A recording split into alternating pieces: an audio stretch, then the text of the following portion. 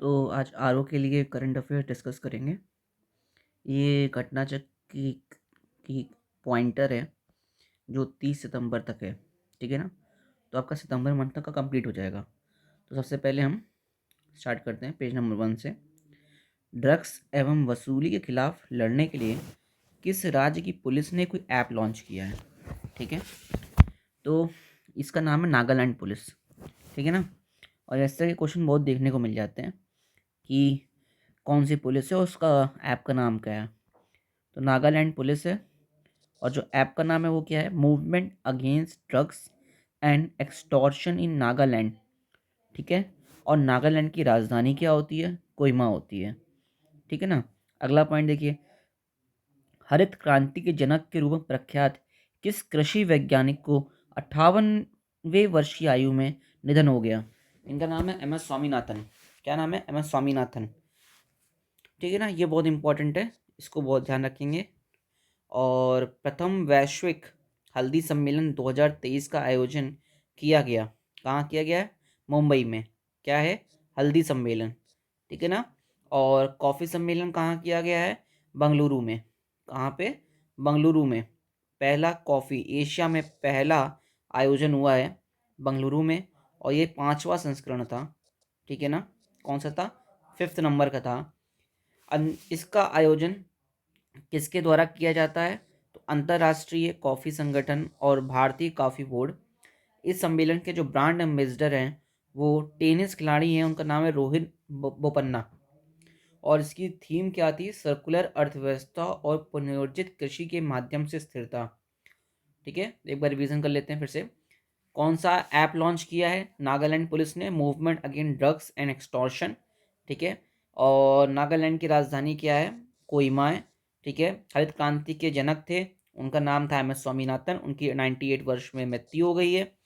प्रथम वैश्विक हल्दी सम्मेलन मुंबई में हुआ। कॉफ़ी सम्मेलन बंगलुरु में हुआ। 5वें नंबर का संस्करण था। और इसके जो ब्रांड एम्बेसडर हैं वो कौन है? टेनिस खिलाड़ी रोहन बोपन्ना नाम है उनका। ठीक है ना। थीम इसकी इतनी इंपॉर्टेंट नहीं है, लेकिन ये जरूर याद रखिएगा इनके ब्रांड एम्बेसडर कौन थे। ठीक है। और इसका जो शुभांकर है वो है कॉफ़ी स्वामी। ठीक है ना। ये देख लीजिएगा, थोड़ा सा अलग सा है, मे भी पूछ लें। विश्व पर्यटन दिवस 2023 की मेजबानी किस देश के द्वारा की जाएगी? किस देश के द्वारा? सऊदी अरब के द्वारा। क्या है? पर्यटन का दिवस है। ठीक है ना।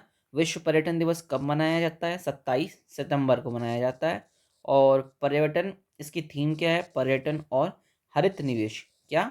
पर्यटन और हरित निवेश। वीरांगना दुर्गावती टाइगर रिजर्व को किस प्रदेश का 7वां टाइगर रिजर्व घोषित किया है? ध्यान रखिएगा, ये टाइगर रिजर्व है। क्या है? तो टाइगर रिजर्व। और एक ना एक क्वेश्चन जरूर आरओ में पूछा जाता है नेशनल पार्क से, टाइगर रिजर्व से, तो इसको ध्यान दीजिएगा। ये मध्य प्रदेश में है। ठीक है। वीरांगना दुर्गावती। ठीक है ना। और ये दो अभ्यारण्य को मिला के बनाया गया है। कौन कौन से? नोरा देही और रानी दुर्गावती। तो दुर्गावती तो इसके नाम में ही है, ये नोरा देही याद रखिएगा, नोरा देही। ठीक है।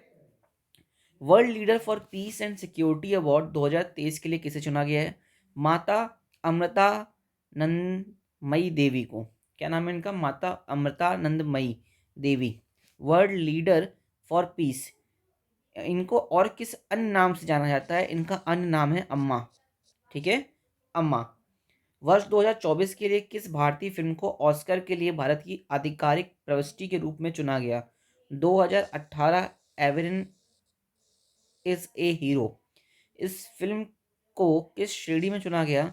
सर्वश्रेष्ठ विदेशी भाषा फिल्म। ठीक है ना। ऑस्कर, भारतीय फिल्म है ये।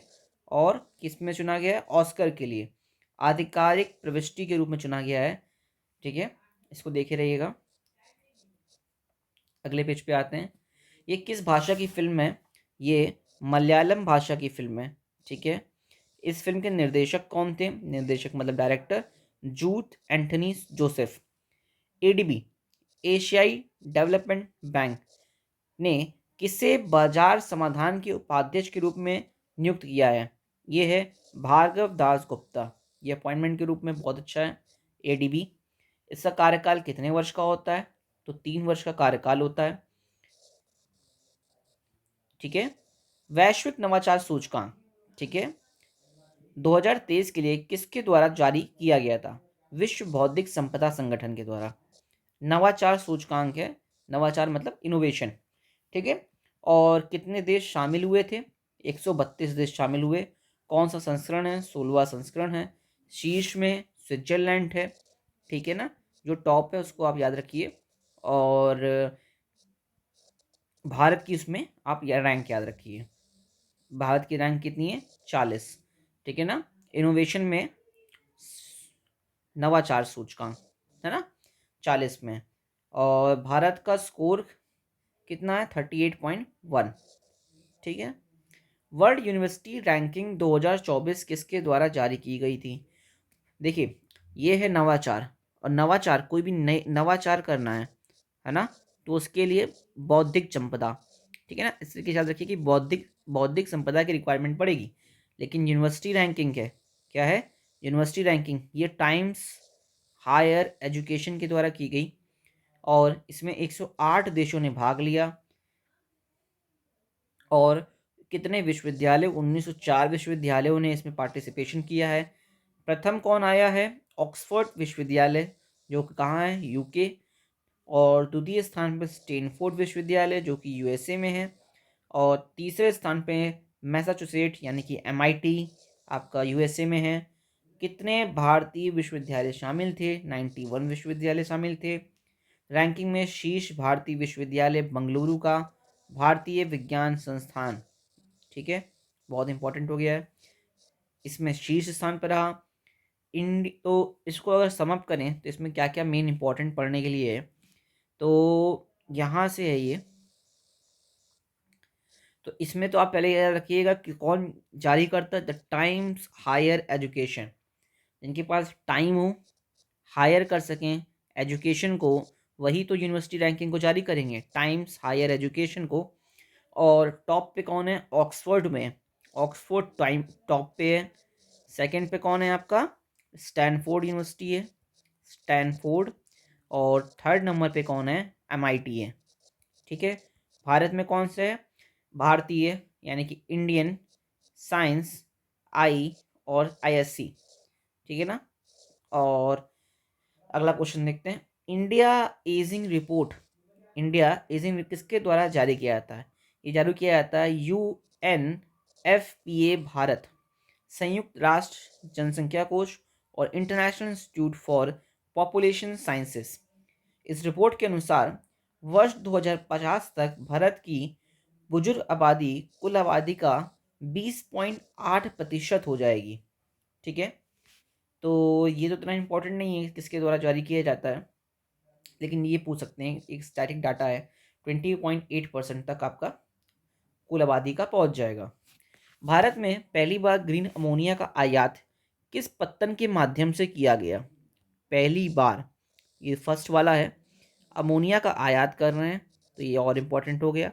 ये है तमिलनाडु के द्वारा, ठीक है, वीओ चिदम्बरम पत्तन है नाम, और ये तमिलनाडु में स्थित है।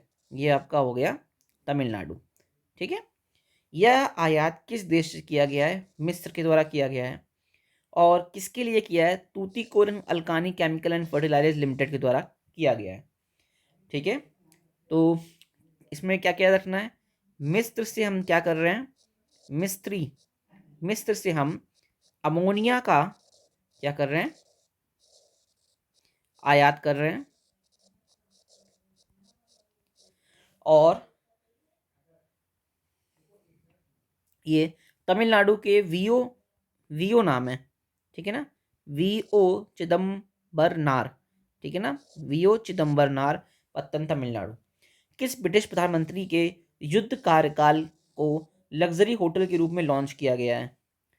युद्ध कार्यालय को luxury luxury hotel, Winston Churchill, काफ़ी फेमस है ये चर्चिल। इस होटल को कहाँ लॉन्च किया है? लंदन यूके में। मॉडर्न हिस्ट्री में आपने पढ़ा होगा इसको। इस कार्यालय को किसके द्वारा लग्जरी होटल के रूप में लॉन्च किया है? हिंदुजा ग्रुप और रैफल्स होटल्स एंड रिसॉर्ट्स के द्वारा। अगला क्वेश्चन देखिए, विश्व रेबीज दिवस कब मनाया जाता है? 28 सितंबर को। रेबीज, रेबीज किसे काटने से होता है? कुत्ते के काटने से रेबीज हो जाता है। और अभी आपने क्या पढ़ा था कि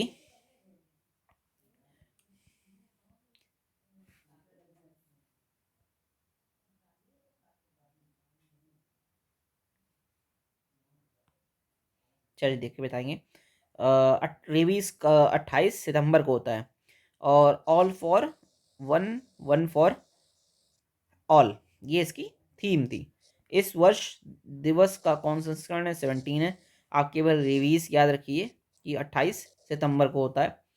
इस दिवस किस व्यक्ति की पुण्यतिथि को स्मृति में मनाया जाता है? ये बढ़िया है। ये है लुइस पास्चर की तिथि को। हाल ही में किस क्रांतिकारी की 116वीं जयंती मनाई गई? भगत सिंह की। इनका जन्म भी 28 सितंबर को हुआ था 1907 में।